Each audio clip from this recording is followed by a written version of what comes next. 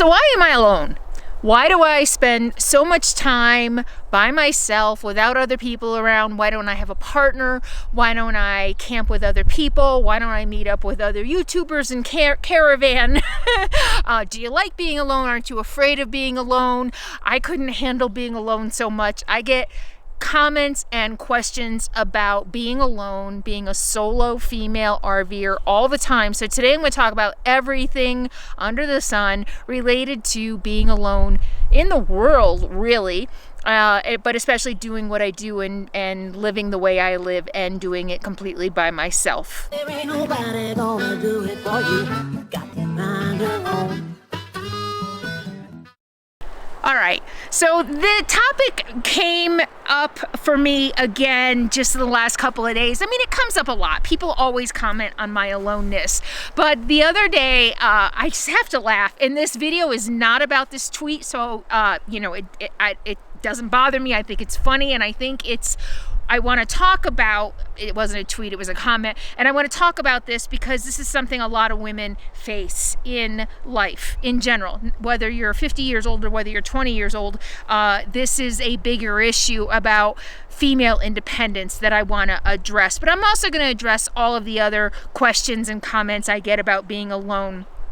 But at first, I feel like I need to address this because I think this underlies a lot of the preconceived ideas that we have about women being alone, whether we can be alone, whether it's safe to be alone, what your value is as a woman if you're alone. So let's talk about that first and get that out of the way. I subscribe to some motivational things on Facebook. One of the memes that came up the other day was, how do you deal with a negative spouse? And of course I was being flippant and, kind of funny, and I just wrote, I divorced him. Well, a lot of the women were like, and men were like, yeah, I know, I get it, I divorced her. But there was one guy in particular who was really upset about that. And his reply to me was, oh, you act like you're proud of that. I'm like, yeah, okay, yeah. He's like, yeah, so many women are so quick to get a divorce, and because they think grass is greener on the other side, and now look at you, you're alone. And I think this is really important to talk about, not about this particular tweet and this particular butthead who said that. I looked at his profile, and he's some kind of a champion for men's rights, and I'm like, oh yeah, okay. And the reason I want to bring this up is because he's not an anomaly. He is not the only person who thinks that way. I mean, there are so many things wrong with that comment, that I shouldn't be proud of divorcing someone that I wasn't happy with. I mean, that could be a whole other video topic, right? Yeah, I'm proud that I stood up for myself, that I took care of myself. Yeah, I'm proud. But the bigger issue here, the bigger issue is that he thinks that I should be sad. I should have regrets for divorcing someone I wasn't happy with. And for all he knows, it was an abusive relationship. He doesn't know. He didn't bother to ask. He just assumed right away, oh, you're a woman and you should just be happy with what you get. You shouldn't settle. The grass isn't greener. Now look at you, you're alone. And that is like such a pervasive thought, a pervasive idea still in 2022 in our society. I wouldn't talk about this comment if it was the only one I had seen.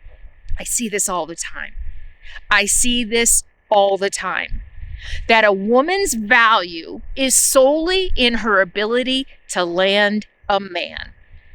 I know it's different for younger generations, but how many women my age and older can relate to that? Of course, it depends on your upbringing. My upbringing, a product of my own parents' wounding, my upbringing told me my sole value, my sole worth as a woman was in how desirable I was to men. And this whole chapter of my life is about undoing that and about just being happy with being myself and not needing acceptance, not needing men to ogle me. I mean, I'm beyond that age anyway, you know, but I mean, that's what this whole part of my life is about. It's about reclaiming myself as a woman, and more importantly, as a human being who is worthy, whether a man finds me attractive or not. So this guy's comment, I see it all the time. I am alone because I can't get a man. That's it. Because I'm fat, because I'm old, because I'm grumpy, because I'm too opinionated, I'm pushy, I'm outspoken, I'm this, I'm that. I mean, I'm mentally ill, you know, whatever. I see a lot. Society still cannot handle a woman being alone because she wants to be alone. It's a threat. It's a slap in the face to men like the one who commented. It's a slap in the face to him that I have the audacity to value myself enough to not settle for mediocrity. It's a whole other topic I could cover. So I think it's really important to cover that first. How society still views a woman as less than, as unattractive, as undesirable, as she's only alone because she has to be. And while outside forces might be telling us that, whether we realize it or not, there may also be internal forces telling you that as women. I can't be alone for so many reasons. Because if I'm alone, I look like a loser. I look like an old maid. I look like I'm not wanted. I'm a throwaway. That couldn't be further from the truth. Women are finally taking control of their lives and saying enough is enough. I'm not going to settle. I'm not going to settle. And that's me. That is why I am alone. For one thing, as far as a partner goes, I really thought when I got a divorce that I wouldn't be single long. I really did. I mean, I was healthier and looking better and feeling better than I ever had in my life. I did not plan to, 10, 15 years later, to be single. And I'm not single because nobody wants me. No. I am not single because nobody wants me. I am single because I don't need somebody else in my life to make me feel safe, to make me feel beautiful, to make me feel worthy and valuable as a person. All my life, I chased those things in other people, in men. And I ended up feeling exactly the opposite, right? Unwanted, unworthy, unloved, unattractive, not good enough. For the first time in my life, I feel good enough. And feeling good enough for me means I don't have to settle. I don't have to give up my freedom and my independence and my autonomy just to be with someone.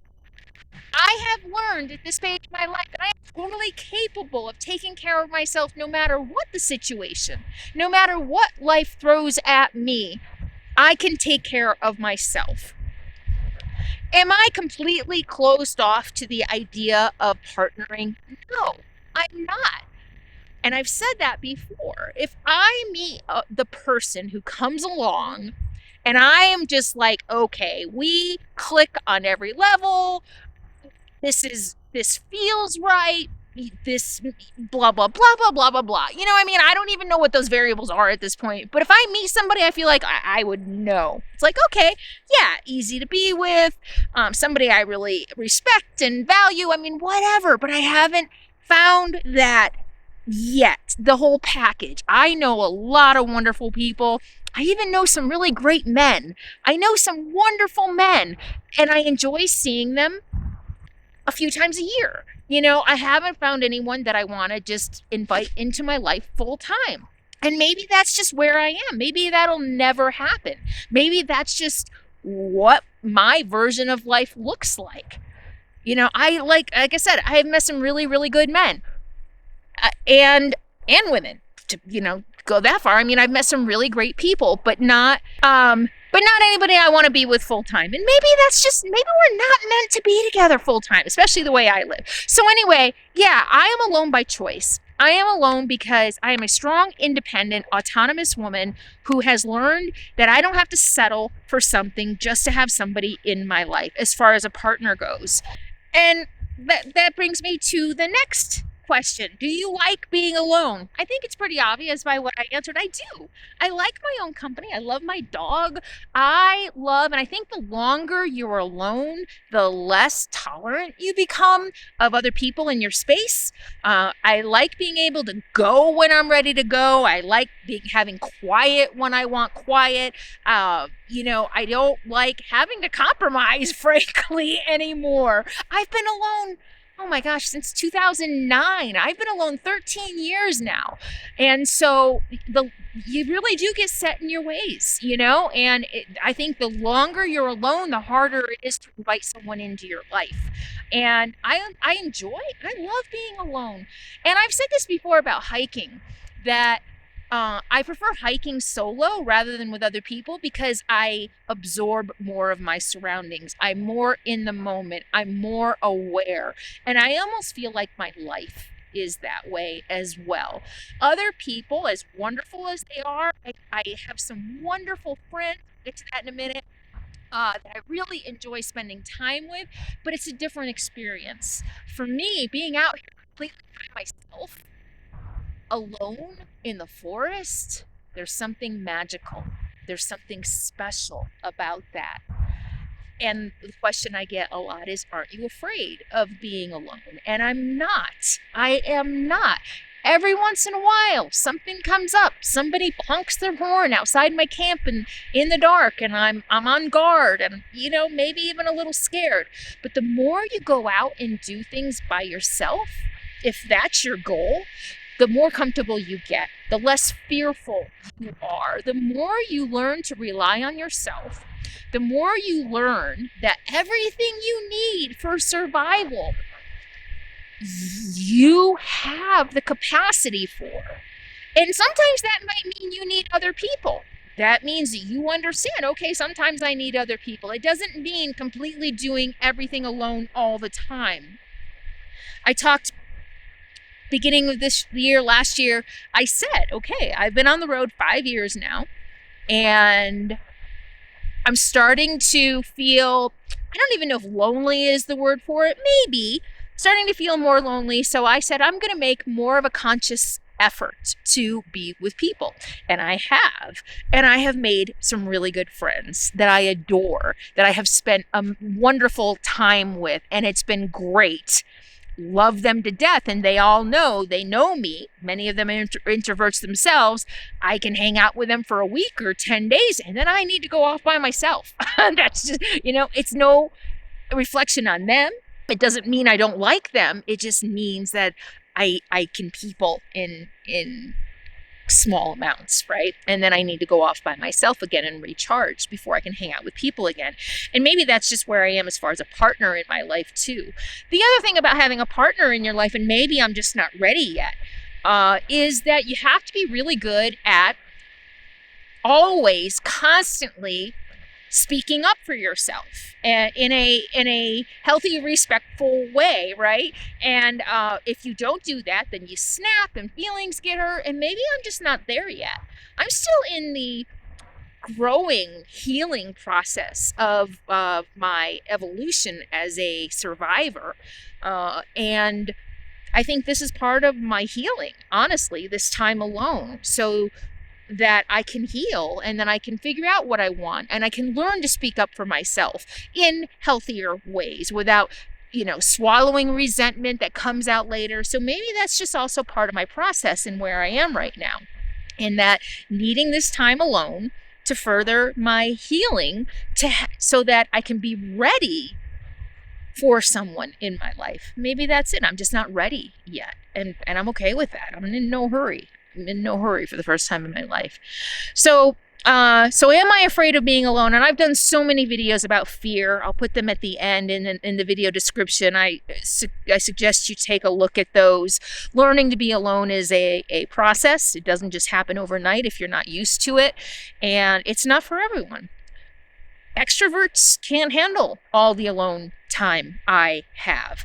People, and I've said this before, people who haven't done the work, people who have had PTSD, have been through trauma and abuse, and who are survivors, and PTSD and any other things that might be working you inside.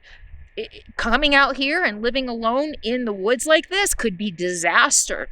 I really think for some people, you have to do the work before you can be alone with yourself and your thoughts and your demons and your ghosts. It's not easy sometimes. And I did a lot of work before I even got here. And that's what people ask me that a lot. Oh, this is a healing. This has healed you. It's part of my healing, yes. But is this what has healed me? No. 6-7 years of therapy. No, how long? About 5 years of therapy before I hit the road began the healing process, and I continue to evolve and heal. I'm still in therapy. This is not a cure-all, right? You have to do the work. This isn't going to cure all that ails you. So yeah, it's not for everybody, that's for sure. And as far as friends, and I touched on that a little bit, why don't you caravan with other YouTubers? Just because we're both on YouTube doesn't mean we're gonna be friends. I hear that a lot. Why don't I caravan with people?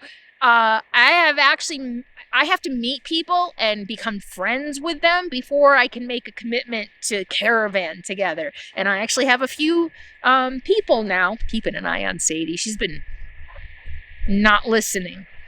But I have friends now, and it's been a gift this year. I really, for the first time since I've been on the road, I feel like I have my own friends on the road. And it's a really good feeling. And a couple of us are talking about doing a trip next year. Stay tuned for that. So it's not something for me. For an extrovert, you know what? There are extroverts that are like, oh yeah, so-and-so is driving to Canada and I'm going to call him and see if I can go with him. That is so not me. That any introvert can relate. No. I need to know you. Again, as an introvert, and I was just telling someone this recently, I have never had a lot of friends because I don't do casual. I hate small talk. I have a few very good, deep friendships, and those take time to build. They're not going to be built overnight for me. In fact, the friendships that I have made, that you meet somebody and you click just like that, and oh my God, we're going to be BFFs, they crash and burn just as fast in my experience. So I have learned with age, take things slower.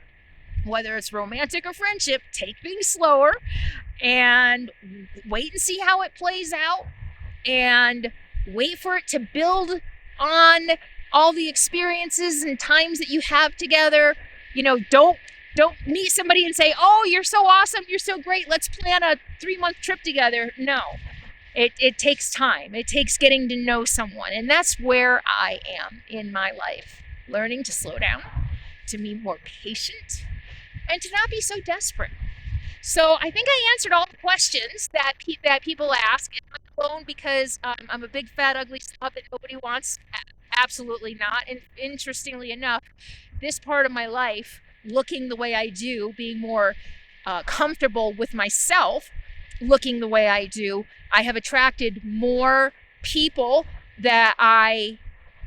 more real people, let's just put it that way, more real, down-to-earth, genuine, good people than I met when I was trying to look like something else. I have actually better quality people in my life now who want to be with me, who do spend time with me, who are good people than I ever did before. So it's definitely not that.